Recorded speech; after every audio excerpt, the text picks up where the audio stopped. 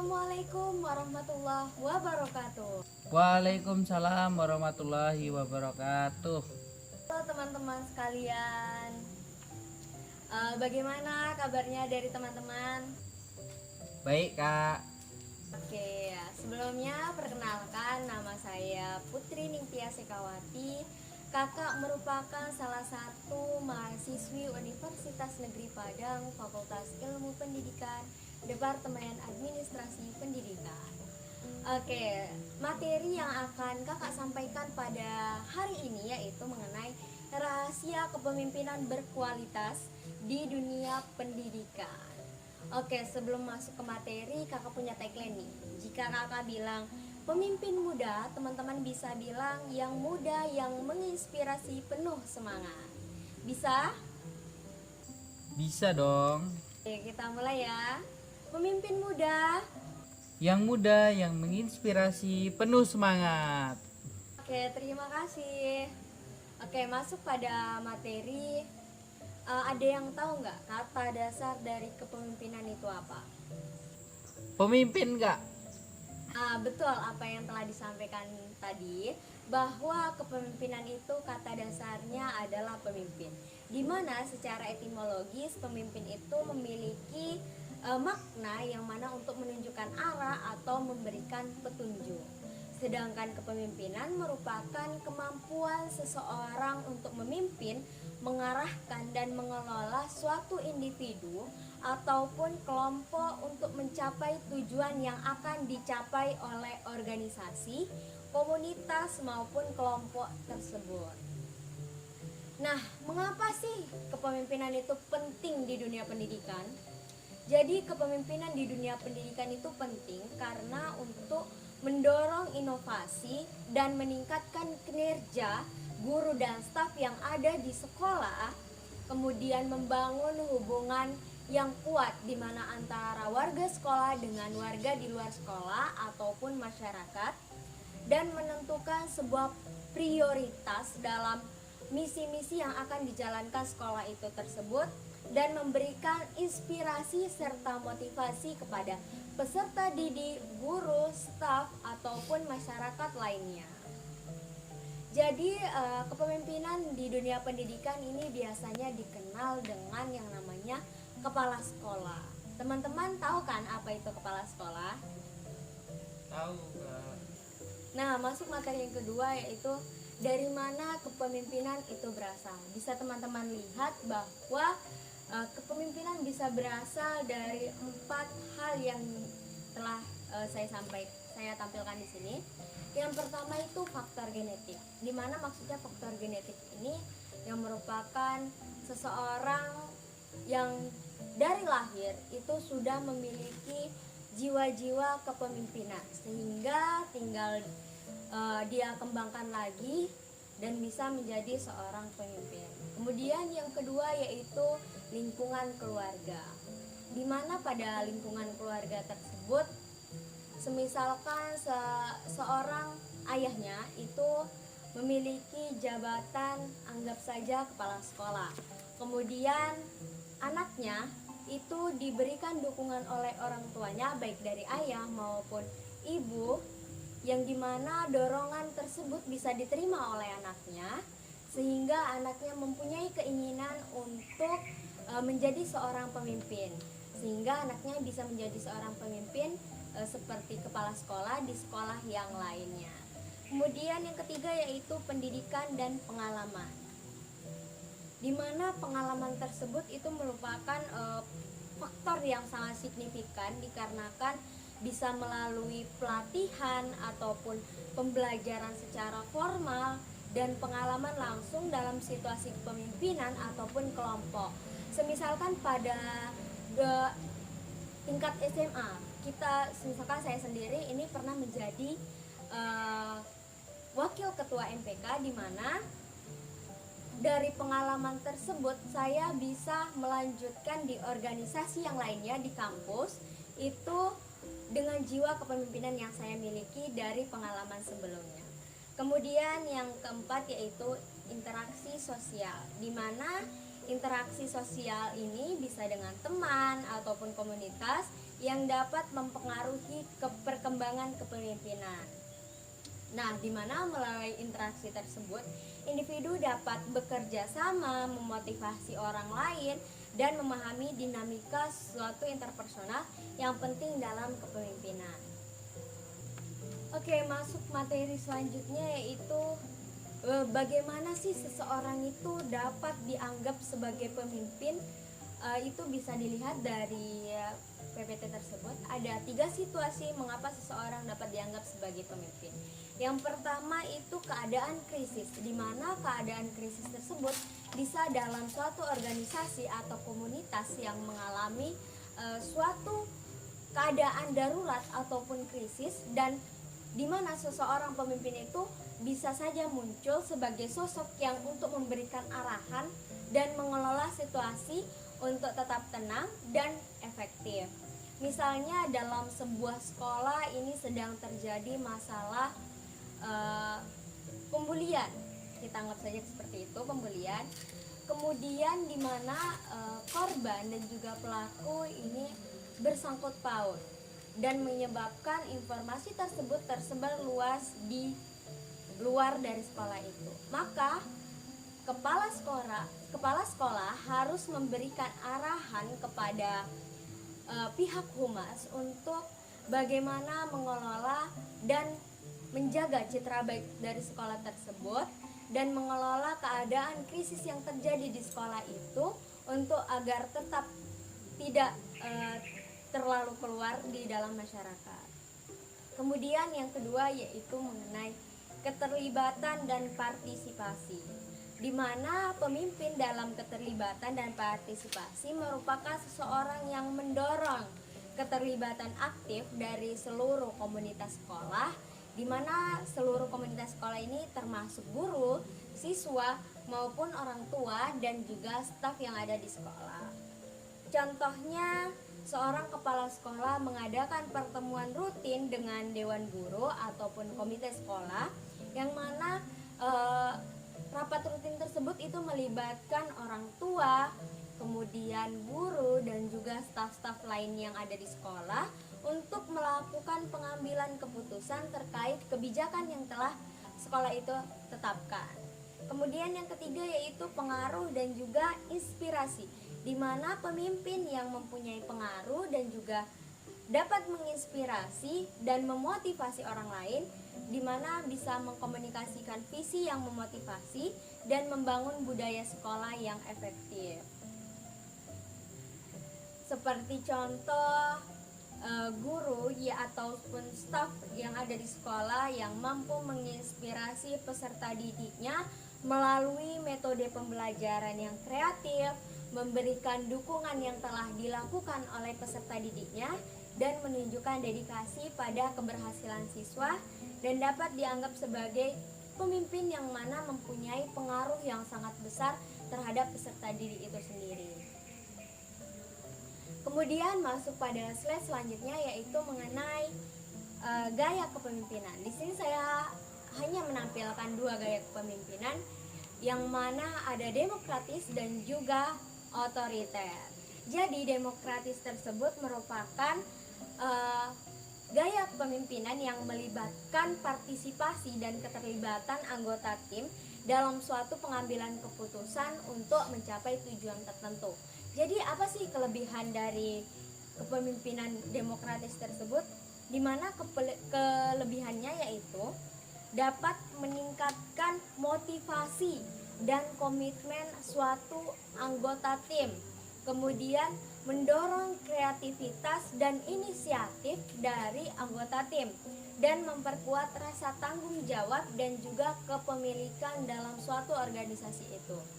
Kemudian dalam suatu gaya kepemimpinan tentu adanya kekurangan. Jadi kekurangan dari gaya kepemimpinan demokratis tersebut yaitu mungkin dalam pengambilan keputusannya ini membutuhkan waktu yang sangat banyak dan tidak efektif dalam situasi darurat yang membutuhkan keputusan cepat.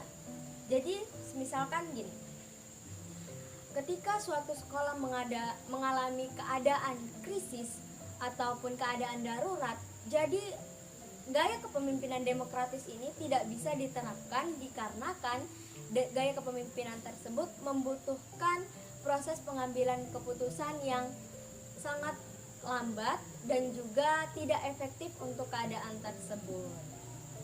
Kemudian yang kedua yaitu gaya kepemimpinan otoriter. Apa sih maksud gaya kepemimpinan otoriter di sini? Gaya kepemimpinan otoriter itu merupakan gaya kepemimpinan yang pemimpin itu sendiri yang mengambil keputusannya secara independen dan memberikan arahan kepada anggotanya. Jadi, keterlibatan anggota tim dalam gaya otoriter ini sangat dibatasi oleh pemimpin itu. Kemudian kelebihannya apa sih? Kelebihannya yang pertama itu keputusannya akan cepat dan juga efisien. Kemudian yang kedua yaitu cocok untuk kondisi darurat ataupun kondisi di mana kontrol ketat itu diperlukan. Kemudian kelemahannya apa sih? Mungkin kelemahannya kita tidak mendapatkan inovasi dari anggota tim kita, kemudian menghambat partisipasi dan motivasi anggota tim, dan kurangnya berkembang kreativitas untuk tujuan tersebut. Jadi untuk gaya kepemimpinan otoriter tersebut bisa digunakan hanya saat keadaan darurat saja ataupun keadaan yang krisis, karena ini lebih efisien untuk digunakan. Kemudian masuk pada slide selanjutnya yaitu kemampuan pemimpin yang berkualitas.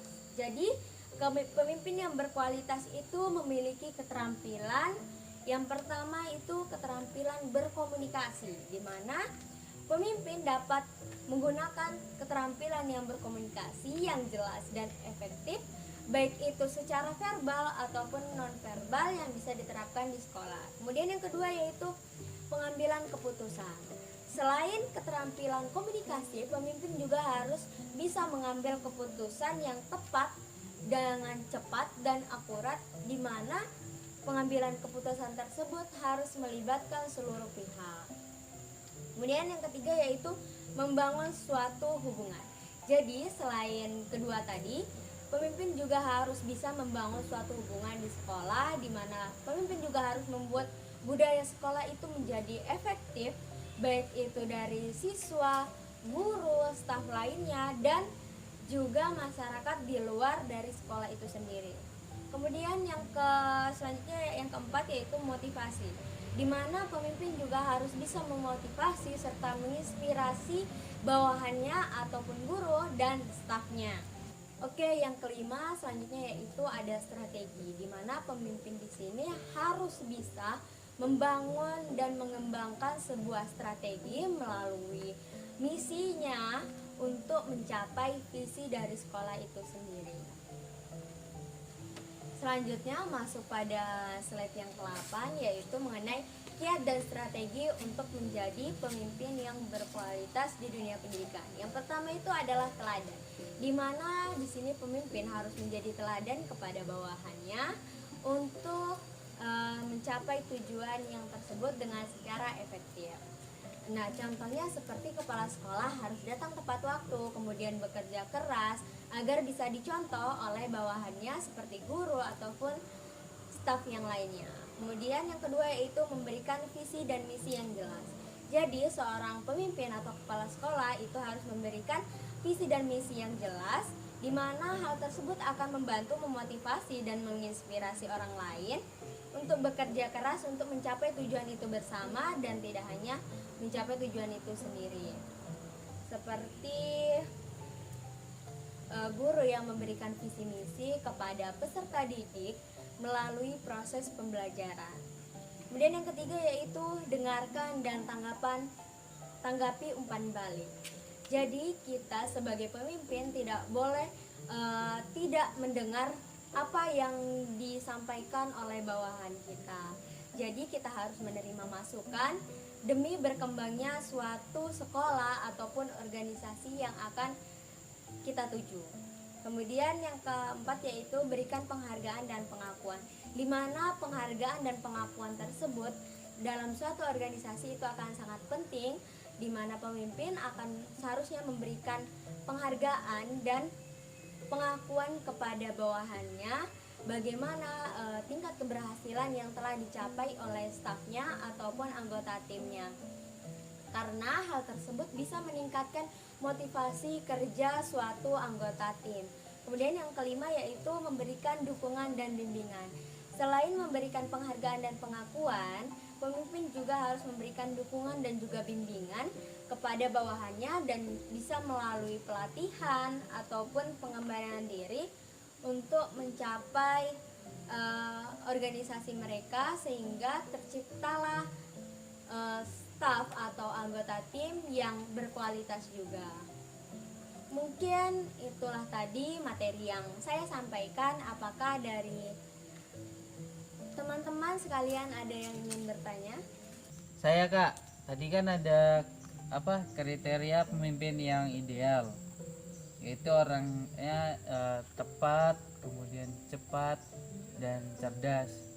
Pertanyaannya nih, kan namanya pemimpin pasti dikritik ya, kan itu banyak yang kritik juga ketika membuat kebijakan.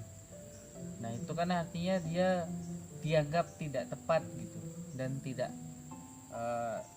bijak dalam mengambil keputusan. Kemudian ada juga pemimpin yang dikritik karena terlalu lama ketika membuat keputusan. Nah tapi dari situ kita nggak bisa ngambil keputusan kalau sebenarnya dia ini orangnya tidak bagus sebagai pemimpin gitu. Jadi tolong jelasin lagi dong Kak, itu gimana maksudnya pemimpin yang ideal. Contohnya ya kita kan punya tuh kayak Pak Jokowi, dia kan sering dikritik, tapi sebenarnya dia itu pemimpin yang hebat gitu, kita semua sepakat itu. Jadi tolong dijelasin lagi. Makasih. Oke, terima kasih untuk teman-teman yang telah bertanya tadi. Pertanyaannya sangat bagus dan juga berkualitas. Jadi izinkan kakak untuk menjawab ya. Jadi ada beberapa alasan mengapa seseorang yang tidak tepat, tidak cepat dan sering membuat kesalahan itu bisa kita akui bahwa dia seorang pemimpin. Yang pertama yaitu seorang pemimpin yang hebat itu tidak malu untuk mengakui kesalahan yang mereka lakukan, dan mereka juga mau belajar dari kesalahan yang mereka perbuat untuk diperbaiki di masa mendatang atau masa depan. Dan kemampuan untuk mengakui kesalahan tersebut itu menandakan bahwa seorang tersebut memiliki kerendahan hati dan kecerdasan emosional. Kemudian yang kedua yaitu seseorang pemimpin tentu saja dalam mengambil keputusan itu tidaklah hal yang mudah. Apalagi dalam mengambil keputusan tersebut itu melibatkan banyak pihak atau seluruh pihak. Tentu saja seorang pemimpin akan sulit untuk membuat keputusan. Jadi dalam membuat keputusan yang sulit tersebut itu menandakan bahwa pemimpin itu mampu mempertimbangkan semua faktor yang relevan dan membuat keputusan yang terbaik untuk mencapai tujuan organisasi itu sendiri, dan menandakan bahwa seorang pemimpin tersebut memiliki integritas dan keberanian yang dimiliki. Kemudian yang ketiga yaitu seorang pemimpin yang hebat itu harus mampu memotivasi serta menginspirasi pengikutnya, dan mereka juga harus mampu membuat visi dan misi dan motivasi yang menarik bagi anggota tim atau bawahannya untuk mencapai visi itu sendiri. Nah, kemampuan memotivasi dan menginspirasi pengikutnya ini merupakan tanda bahwa seorang pemimpin itu memiliki karisma dan keterampilan yang baik. Mungkin itu jawaban dari kakak. Apakah ada teman-teman lagi yang ingin bertanya? Ya. Oke, terima kasih.